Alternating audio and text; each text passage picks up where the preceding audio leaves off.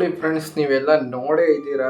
ಈಗ ಏನು ರೀಸೆಂಟಾಗಿ ನೀವು ಸೋಷಿಯಲ್ ಮೀಡಿಯಾದಲ್ಲಿ ಆಗಿರ್ಬೋದು, ಇನ್ಸ್ಟಾಗ್ರಾಮಲ್ಲಿ ಆಗಿರ್ಬೋದು, ಹೇಗೆ ಅಮುಕ್ ಡುಮುಕ್ ಅವರು ಕ್ಲಾಸ್ಗೆ ಮಾಸ್ಟರ್ ರೀತಿಯಲ್ಲಿ ಡೈಲಾಗ್ ಹೊಡೆದು ಎಕ್ಸಿಟ್ ಆಗ್ತಿದ್ದಾರೆ ಅಂತ ಏನಾಯಿತು, ಏನು ಕ್ಲಾಶ್ ಆಯಿತು, ಏನು ಈ ಬಿಗ್ ಬಾಸ್ನ ಹೊಸ ಸ್ಫೋಟಕ ಪ್ರೋಮೋ ಎಲ್ಲ ಅದನ್ನು ಎಕ್ಸ್ಪೋಸ್ ಮಾಡೋಕ್ಕೆ ನಾನು ನಿಮ್ಮ ಮುಂದೆ ಬಂದಿರೋದು.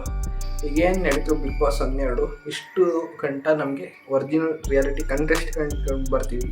ಅಂದರೆ ಈ ಬಿಗ್ ಬಾಸ್ 13ಕ್ಕೆ ಯಾಕೆ ನಾರ್ಮಲ್ ಪೀಪಲ್ಸ್ಗೂ ಹೋಗ್ಬೋದು ಅನ್ನೋ ಥರ ಮಾಡೋದು. ಸುಮಾರು ಜನಕ್ಕೆ ಈಗಲೂ ಅನುಮಾನ ಇದೆ, ಅದು ಹೆಂಗೆ ಕರ್ಕೊತಾರೆ ಗುರು ನಮ್ಮನ್ನು. ಯಾಕೆಂತಂದರೆ ಅವರಿಗೆ ಜನ ಇಲ್ಲಂದ್ರೆ ಕಂಟೆಂಟ್ ಕ್ರಿಯೇಟರ್ಸ್ಗಳಿದ್ದಾರೆ, ಅವ್ರನ್ನ ಕರ್ಕೊಬೋದು, ನಮಗೆ ಯಾಕೆ ಚಾನ್ಸ್ ಕೊಡ್ತಿದ್ದಾರೆ ಅಂತ. ಇನ್ನೂ ಕೆಲವು ಕಡೆ ಇದೆಲ್ಲ ಸ್ಕ್ಯಾಮು. ಒಬ್ಬರು ಏನಾದರೂ ವೀಡಿಯೋ ಮಾಡಿಬಿಟ್ರೆ ₹2 ಬಿಗ್ ಬಾಸ್ಸಿಗೆ ಹೋಗುತ್ತೆ ಜಿಯೋ ಸಿನಿಮಾ ಕಡೆಯಿಂದ ಅಂತ ಕೂಡ ಮಾಡಿಬಿಟ್ಟಿದ್ದು. ಎಷ್ಟು ಸುಳ್ಳು ಎಷ್ಟು ಸತ್ಯ ಎಲ್ಲದನ್ನು ಎಕ್ಸ್ಪೋಸ್ ಮಾಡೋಕ್ಕೆ ನಾನು ನಿಮ್ಮ ಮುಂದೆ ಇದ್ದೀನಿ ಇವಾಗ. ಹಾಗೆ ಯಾರೆಲ್ಲ ನಮ್ಮ ಒಂದು ಯೂಟ್ಯೂಬ್ ಚಾನಲ್ ಸಬ್ಸ್ಕ್ರೈಬ್ ಮಾಡಿರೋ ಈಗ ಕೂಡಲೇ ಸಬ್ಸ್ಕ್ರೈಬ್ ಮಾಡಿ.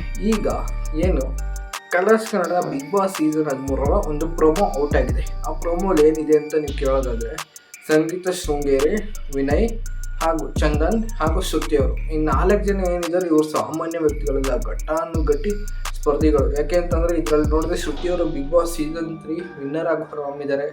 ಚಂದನ್ ಶೆಟ್ಟಿ ಅವರು ಬಿಗ್ ಬಾಸ್ ಸೀಸನ್ 5 ವಿನ್ನರ್ ಆಗಿ ಹೋಗಿದ್ದಾರೆ. ಆದರೆ ಪ್ರತಾಪ್ ಅವರು ಸೀಸನ್ 10 ರನ್ನರ್ ಅಪ್. ಅವ್ರನ್ನ ಕರೆಸಿಲ್ಲ ಅಂತಂದರೆ ಕೆಲವೊಂದು ಕಡೆ ಕೆಲವೊಂದು ಜಾಗಕ್ಕೆ ಇಂಥ ವ್ಯಕ್ತಿಗಳೇ ಸರಿ. ಯಾಕೆ ಅಂತಂದರೆ ಅವರು ಆಟದಲ್ಲಿ ಚೆನ್ನಾಗಿರ್ಬೋದು, ಆದರೆ ಈ ಥರ ಜಡ್ಜ್ಮೆಂಟ್ ಅಂತ ಟೈಮ್ ಬಂದಾಗ ಮಾತಿಗೆ ಮಾತು ಕೊಡೋ ಘಟಾನುಘಟಿಗಳಂದರೆ ಅದು ಸಂಗೀತ ಶೃಂಗೇರಿ ಮತ್ತು ವಿನಯ್ ಗೌಡ ಅಂತ ನಿಮ್ಮೆಲ್ಲರಿಗೂ ಗೊತ್ತೇ ಇದೆ. ಯಾಕೆ ಅಂತಂದರೆ ಅವರಿಬ್ಬರು ಸ್ವತಃ RR ಮಹಾದೇವದಲ್ಲಿ ಜೊತೆಗೆ ನಟಿಸಿದ್ರು.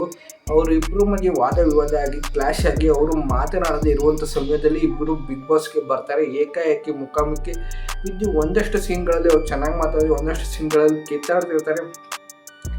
ಇಂತಹ ಜೂರಿ ಪ್ಯಾನಲ್ ಅಂದರೆ ನೀವು ಸರಿಗಮಪದಲ್ಲಿ ನೋಡಿರ್ಬೋದು. ಹೇಗೆ ಜಡ್ಜಸ್ಗಳು ಓಕೆ ಮಾಡೋದಕ್ಕಿಂತ ಮುಂಚೆ ಜೂರಿ ಪ್ಯಾನಲ್ಗಳಿಂದ ಓಕೆ ಅಂತ ಕೊಡಿಸ್ತಾರೆ. ಅವರು ಓಕೆ ಕೊಟ್ಟಾದ್ಮೇಲೆ ಜಡ್ಜಸ್ ಲೆಕ್ಕ ಬರುತ್ತೆ. ಈ ರೀತಿ ಒಂದು ಜೂರಿ ಪ್ಯಾನಲ್ ಏನಿದೆ, ಈಗ 4 ಜನ ಇದ್ದಾರೆ. ಈ 60 ಜನ ಆಯ್ಕೆ ಮಾಡಿದ್ದಾರೆ. ಇಷ್ಟು ಲಕ್ಷದಲ್ಲಿ ಬರೀ 60 ಜನ. ಈ ಗೌರ್ಮೆಂಟ್ ಜಾಬ್ ಈಗ ಲಿಸ್ಟ್ ಔಟ್ ಬರ್ತಾರಲ್ಲ, ಆ ಥರ ಹುಡುಕಿ ಚೆನ್ನಾಗಿರೋ 60 ಕಂಟೆಸ್ಟ್ಗಳು ಮಾಡಿದ್ದಾರೆ.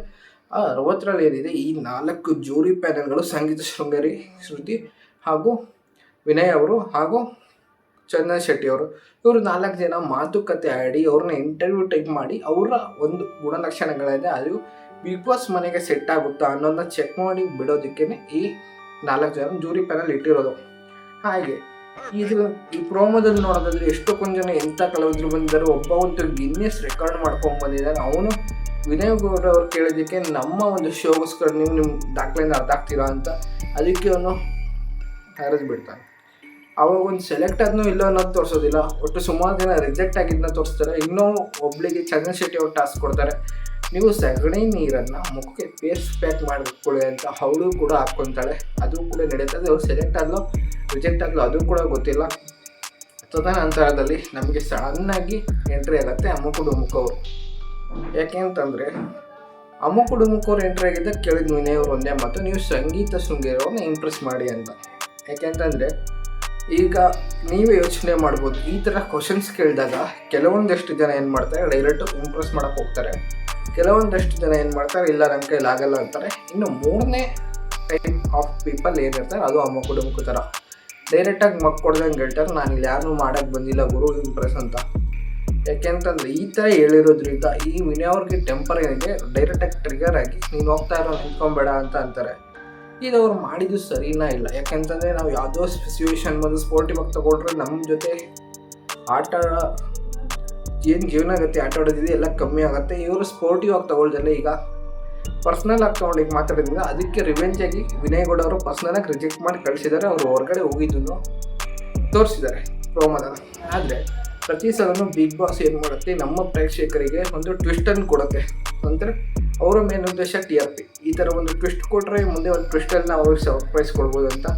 ಇದು ಅವ್ರಿಗೆ ನಿಜವಾಗ್ಲೂ ಸೆಲೆಕ್ಟ್ ಆಗಿದ್ರಾ ಇಲ್ಲ ಅಂತಂದ್ರೆ ಪ್ರೋಮೋ ಓಡಲಿಕ್ಕೆ ಅಂತ ಇದು ಮಾಡಿರೋದಾ, ಎಲ್ಲ ಏನಿದೆ ಅದು ಬಿಗ್ ಬಾಸ್ ಟೀಮ್ ಅವ್ರಿಗೆ ಇವತ್ತು. ಹಾಗೇನಾದರೂ ಆಗಿದ್ರೆ ಈಗ ಅದಕ್ಕೆ ರಿಪ್ಲೈ ಆಗಿ ಅಮುಕ್ ಡುಮುಕ್ ಅವರು ಒಂದು ವಿಡಿಯೋ ಮಾಡಿ ಹಾಕಿದ್ದಾರೆ. ನನ್ನ ಒಂದು ಏನು ಜೀವನ ಇದೆ ಅದು ನಿಮ್ಮ ಕೈಯಲ್ಲಿದೆ ಕನ್ನಡದ ಅಭಿಮಾನಿಗಳೇ, ದಯವಿಟ್ಟು ನನಗೆ ನಿಮ್ಮ ಸಪೋರ್ಟ್ ಇದ್ರೇ ನಾನು ಬಿಗ್ ಬಾಸ್ ಮನೆಗೆ ಹಾಕೋದು ಅಂತ ಒಂದು ವಿಡಿಯೋ ಮಾಡಿಬಿಟ್ಟಿದ್ದಾರೆ. ನಾನು ಕೂಡ ನೋಡಿದೆ. ಆದರೆ ನಾನು ಹೇಳೋದಾದರೆ ನನ್ನ ಫೇವ್ರೇಟೇ ನಮ್ಮ ಕುಟುಂಬಕ್ಕೂ ಅಲ್ಲ, ನಾನು ಅಮ್ಮ ಕುಟುಂಬಕ್ಕನ್ನ ರಿಜೆಕ್ಟು ಮಾಡಲ್ಲ, ಅವ್ರ ಬಗ್ಗೆ ಮಾತಾಡಿದ್ರೆ ಅವರೊಬ್ಬರು ಕಂಟೆಂಟ್ ಕ್ರಿಯೇಟರ್ಸು, ನಾನು ಕೂಡ ಒಬ್ಬ ಕಂಟೆಂಟ್ ಕ್ರಿಯೇಟರ್ಸ್ ಅಷ್ಟೇ. ಅವರಿಗೆ ಅವಕಾಶ ಬೇಕು ಅಂತ ಬಿಗ್ ಬಾಸ್ಗೆ ಹೋಗ್ತಿದ್ದಾರೆ. ಆದರೆ ನಾನು ಹಂಗೆ ಲೈಟಾಗಿ ಕಮೆಂಟ್ ಓಪನ್ ಮಾಡಿದೆ, ಅಲ್ಲಿದ್ದ ಕಮೆಂಟ್ಗಳು ದಯವಿಟ್ಟು ಇವ್ರನ್ನ ಕರಿಬೇಡಿ, ಕಲರ್ಸ್ ಕನ್ನಡ ಅಫಿಷಿಯಲ್ ಕರಿಬೇಡಿ, ಕಿಚ್ಚ ಸುದೀಪ್ ಕರಿಬೇಡಿ ಅಂತ ಮೊದಲನೇ ಕಮೆಂಟಿಗೆ 61 ಲೈಕ್ ಬಂದಿತ್ತು ನಾನು ನೋಡೋ ಟೈಮಲ್ಲಿ. ಇನ್ನೊಬ್ರು ದಯವಿಟ್ಟು ಕರಿಬೇಡಿ ಅಂತ ಹಾಕಿದ್ರು.